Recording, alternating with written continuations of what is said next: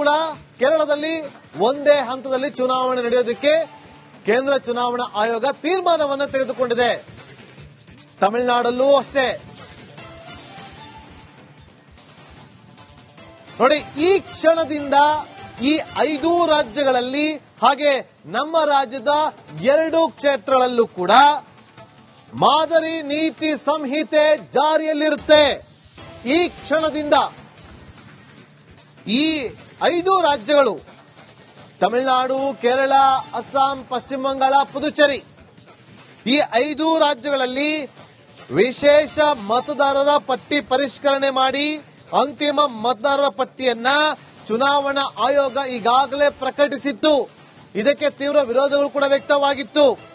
ಅದ್ಯಾವುದಕ್ಕೂ ಕೂಡ ತಲೆ ಕೆಡಿಸಿಕೊಂಡಿರಲಿಲ್ಲ ಕೇಂದ್ರ ಚುನಾವಣಾ ಆಯೋಗ. ನೋಡಿ, ಈ ಬಾರಿಯ ಈ ಪಂಚ ರಾಜ್ಯಗಳ ಚುನಾವಣೆ ದೇಶದ ರಾಜಕೀಯದಲ್ಲಿ ಅತ್ಯಂತ ಮಹತ್ವವನ್ನ ಪಡೆದುಕೊಂಡಿದೆ.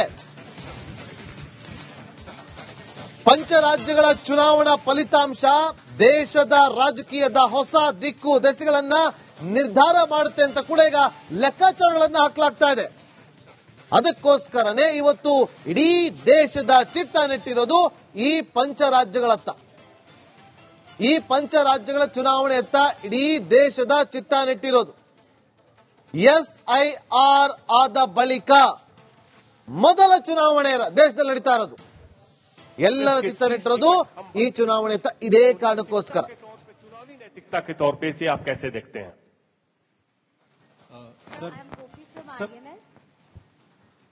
Sir, I'm Gopi from INS. Here. Yeah.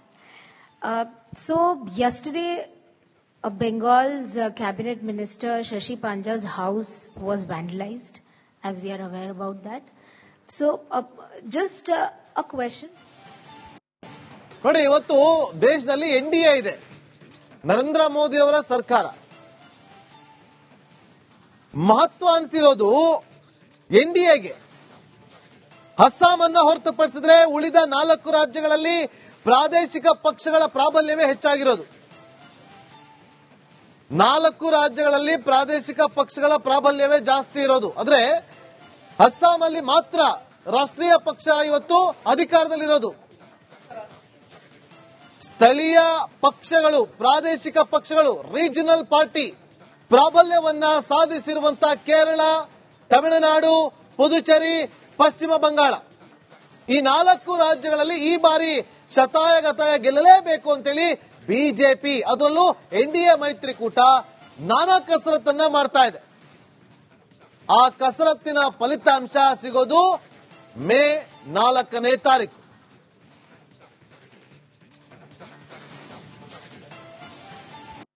ಪ್ರಾದೇಶಿಕ ಪಕ್ಷಗಳ ಭದ್ರಕೋಟೆಯನ್ನ ಈ ಬಾರಿ NDA ಮೈತ್ರಿಕೂಟ ಭೇದಿಸುತ್ತಾ ಅನ್ನೋ ಪ್ರಶ್ನೆ ಕೂಡ ಎದ್ದೇಳ್ತಾ ಇದೆ ಈ ಕ್ಷಣದಿಂದ.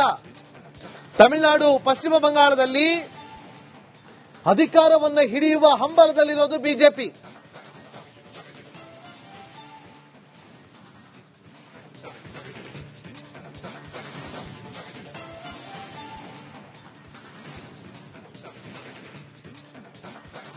ಎರಡ್ 2021ರಲ್ಲಿ ನಡೆದಿದ್ದಂತಹ ಚುನಾವಣೆ ಏನಿದೆಯಲ್ಲ, 8 ಹಂತದಲ್ಲಿ ಪಶ್ಚಿಮ ಬಂಗಾಳದಲ್ಲಿ ನಡೆದಿತ್ತು ಚುನಾವಣೆ. ಆದ್ರೆ ಈ ಬಾರಿ ಕೇಂದ್ರ ಚುನಾವಣಾ ಆಯೋಗ ತೆಗೆದುಕೊಂಡಿರುವಂತಹ ನಿರ್ಧಾರ 2 ಹಂತದಲ್ಲಿ ನಡೆಸೋದಕ್ಕೆ ಚುನಾವಣೆಯನ್ನ, ಕೇವಲ 2 ಹಂತದಲ್ಲಿ ಚುನಾವಣೆಯನ್ನು ನಡೆಸೋದಕ್ಕೆ ತೀರ್ಮಾನವನ್ನು ತೆಗೆದುಕೊಂಡಿದೆ.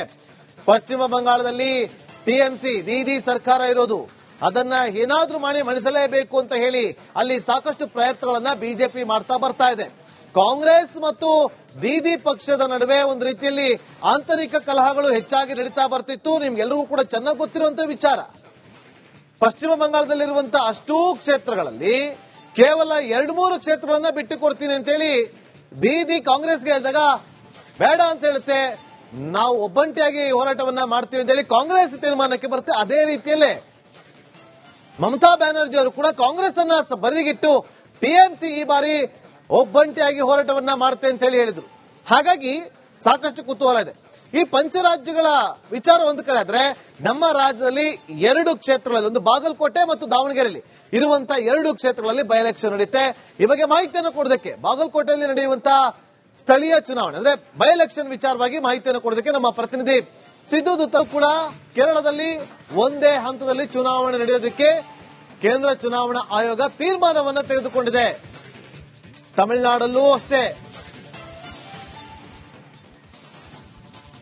ನೋಡಿ, ಈ ಕ್ಷಣದಿಂದ ಈ 5 ರಾಜ್ಯಗಳಲ್ಲಿ ಹಾಗೆ ನಮ್ಮ ರಾಜ್ಯದ 2 ಕ್ಷೇತ್ರಗಳಲ್ಲೂ ಕೂಡ ಮಾದರಿ ನೀತಿ ಸಂಹಿತೆ ಜಾರಿಯಲ್ಲಿರುತ್ತೆ. ಈ ಕ್ಷಣದಿಂದ ಈ 5 ರಾಜ್ಯಗಳು ತಮಿಳುನಾಡು, ಕೇರಳ, ಅಸ್ಸಾಂ, ಪಶ್ಚಿಮ ಬಂಗಾಳ, ಪುದುಚೇರಿ ಈ 5 ರಾಜ್ಯಗಳಲ್ಲಿ ವಿಶೇಷ ಮತದಾರರ ಪಟ್ಟಿ ಪರಿಷ್ಕರಣೆ ಮಾಡಿ ಅಂತಿಮ ಮತದಾರರ ಪಟ್ಟಿಯನ್ನ ಚುನಾವಣಾ ಆಯೋಗ ಈಗಾಗಲೇ ಪ್ರಕಟಿಸಿತ್ತು. ಇದಕ್ಕೆ ತೀವ್ರ ವಿರೋಧಗಳು ಕೂಡ ವ್ಯಕ್ತವಾಗಿತ್ತು. ಅದ್ಯಾವುದಕ್ಕೂ ಕೂಡ ತಲೆ ಕೆಡಿಸಿಕೊಂಡಿರಲಿಲ್ಲ ಕೇಂದ್ರ ಚುನಾವಣಾ ಆಯೋಗ. ನೋಡಿ, ಈ ಬಾರಿಯ ಈ ಪಂಚ ರಾಜ್ಯಗಳ ಚುನಾವಣೆ ದೇಶದ ರಾಜಕೀಯದಲ್ಲಿ ಅತ್ಯಂತ ಮಹತ್ವವನ್ನ ಪಡೆದುಕೊಂಡಿದೆ. ಪಂಚ ರಾಜ್ಯಗಳ ಚುನಾವಣಾ ಫಲಿತಾಂಶ ದೇಶದ ರಾಜಕೀಯದ ಹೊಸ ದಿಕ್ಕು ದೆಸೆಗಳನ್ನ ನಿರ್ಧಾರ ಮಾಡುತ್ತೆ ಅಂತ ಕೂಡ ಈಗ ಲೆಕ್ಕಾಚಾರಗಳನ್ನ ಹಾಕಲಾಗ್ತಾ ಇದೆ. ಅದಕ್ಕೋಸ್ಕರನೇ ಇವತ್ತು ಇಡೀ ದೇಶದ ಚಿತ್ತ ನೆಟ್ಟಿರೋದು ಈ ಪಂಚ ರಾಜ್ಯಗಳತ್ತ. ಈ ಪಂಚ ರಾಜ್ಯಗಳ ಚುನಾವಣೆಯತ್ತ ಇಡೀ ದೇಶದ ಚಿತ್ತ ನೆಟ್ಟಿರೋದು. SIR ಆದ ಬಳಿಕ ಮೊದಲ ಚುನಾವಣೆ ದೇಶದಲ್ಲಿ ನಡೀತಾ ಇರೋದು.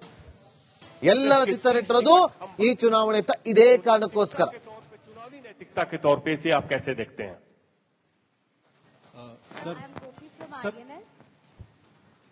Sir, I'm Gopi from INS. Here. Yeah.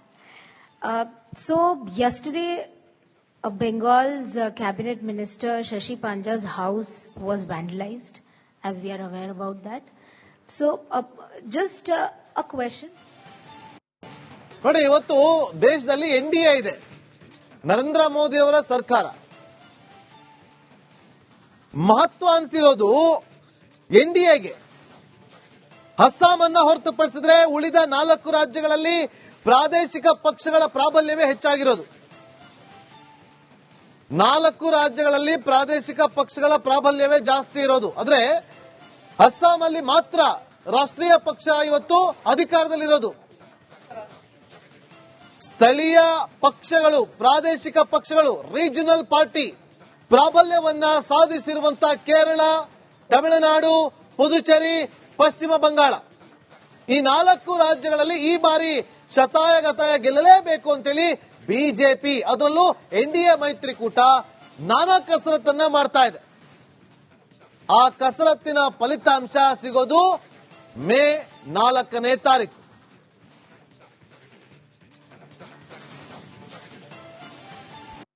ಪ್ರಾದೇಶಿಕ ಪಕ್ಷಗಳ ಭದ್ರಕೋಟೆಯನ್ನ ಈ ಬಾರಿ NDA ಮೈತ್ರಿಕೂಟ ಭೇದಿಸುತ್ತಾ ಅನ್ನೋ ಪ್ರಶ್ನೆ ಕೂಡ ಎದ್ದೇಳ್ತಾ ಇದೆ ಈ ಕ್ಷಣದಿಂದ. ತಮಿಳುನಾಡು, ಪಶ್ಚಿಮ ಬಂಗಾಳದಲ್ಲಿ ಅಧಿಕಾರವನ್ನ ಹಿಡಿಯುವ ಹಂಬಲದಲ್ಲಿರೋದು ಬಿಜೆಪಿ.